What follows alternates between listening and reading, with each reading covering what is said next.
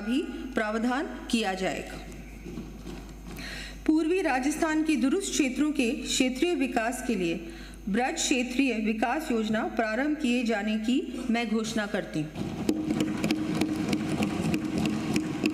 साथ ही डांग, मगरा, मेवात एवं ब्रज क्षेत्रीय विकास योजनाओं हेतु इस वर्ष 50-50 करोड़ रुपए उपलब्ध करवाए जाने प्रस्तावित हैं।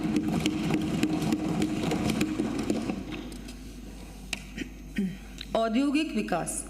भारत के संविधान निर्माता एवं भारत रत्न डॉक्टर भीमराव अंबेडकर के शब्दों में The key to economic progress and social upliftment lies in industrialization. By fostering industrial growth, we can provide employment, reduce poverty and enhance the standard of living.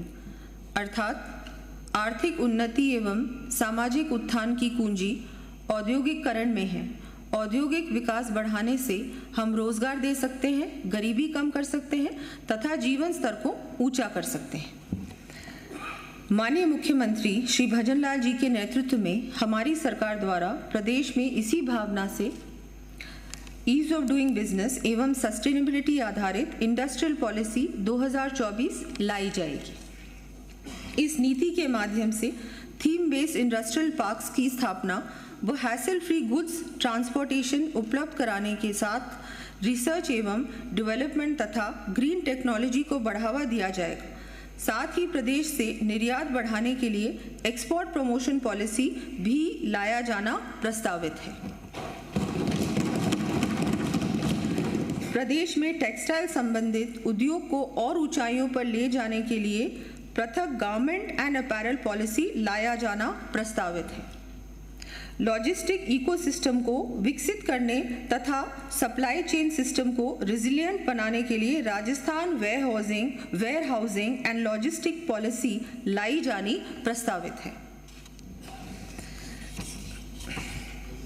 इस वर्ष होने वाले इन्वेस्टर समिट के साथ ही नॉन रेजिडेंट राजस्थानी कॉन्क्लेव आयोजित किए जाने की घोषणा करती हूँ। साथ ही विश्व के प्रमुख शहरों में चरणबद्ध तरीके से राजस्थान फाउंडेशन के नए चैप्टर्स शुरू किए जाएंगे। पचपद्रा रिफाइनरी बालोतरा से निकलने वाले डाउनस्ट्रीम प्रोडक्ट्स आधारित उद्योगों हेतु बालोतरा में राजस्थान पेट्रो जोन की स्थापना की जानी प्रस्तावित है। साथ ही प्रदेश में डिफेंस मैन्युफैक्चरिंग हब की भी स्थापना की जाएगी।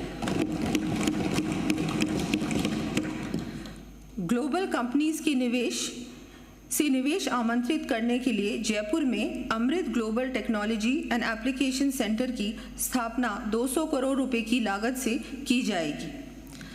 साथ ही डेटा सेंटर पॉलिसी भी लाई जाएगी।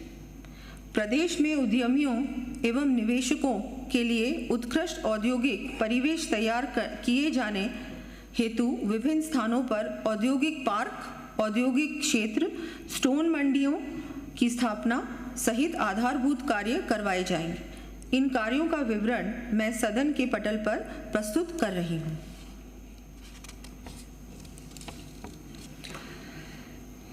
हमारे प्रदेश का हर जिला अपने एक विशिष्ट उत्पाद के लिए प्रसिद्ध है, जैसे राजसमंद टेराकोटा के लिए, बाड़मेर ब्लॉक प्रिंटिंग के लिए, कोटा डोरिया साड़ी के लिए, जालोर मोजड़ी जूती के लिए, पाली मेहंदी के लिए, प्रतापगढ़ थेवा कला के लिए, जयपुर जेम्स एंड ज्वेलरी के लिए, दौसा दरियों के लिए तथा नागौर हैंड टूल्स के लिए स्थानीय उत्पाद को बढ़ावा देने हेतु माननीय प्रधानमंत्री श्री नरेंद्र मोदी जी के वोकल फॉर लोकल के लिए दी गई पहल के क्रम में राज्य के प्रत्येक जिले को एक्सपोर्ट हब बनाने की दृष्टि से Rajasthan one district one product policy 2024 लाई जाने की मैं घोषणा करती हूँ।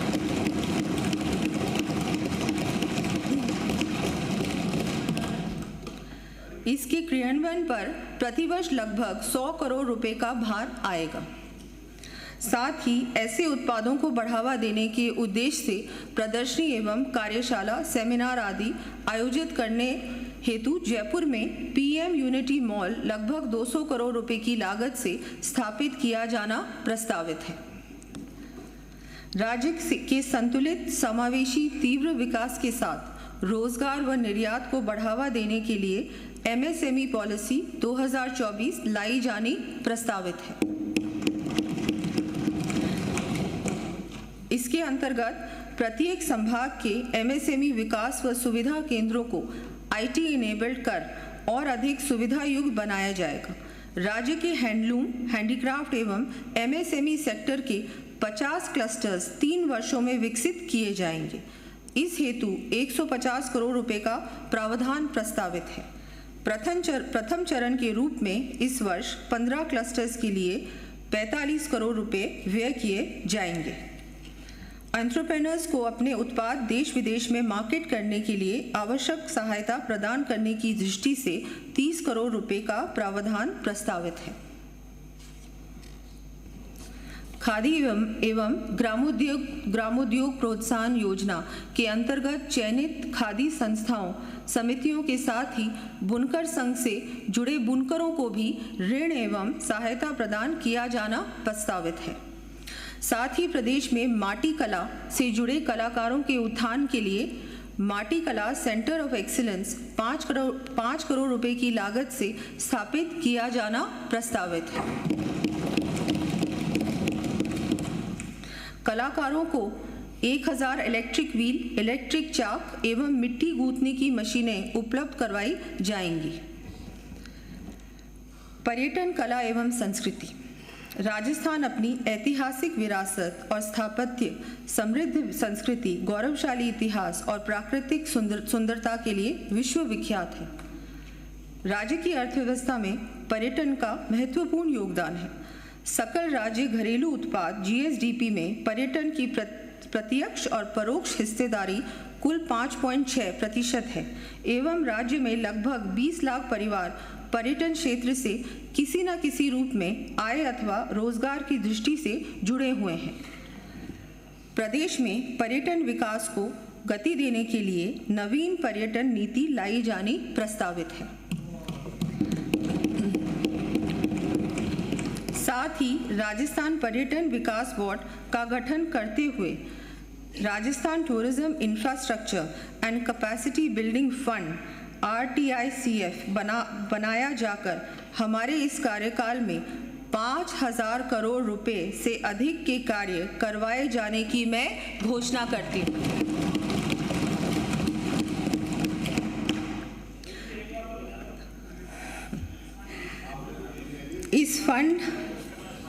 इस फंड के माध्यम से heritage tourism, religious tourism, rural tourism, eco tourism एवं एडवेंचर टूरिज्म के विकास, प्रदेश की ब्रांडिंग तथा पर्यटकों सुविधा संबंधी कार्य हाथ में लिए जाएंगे।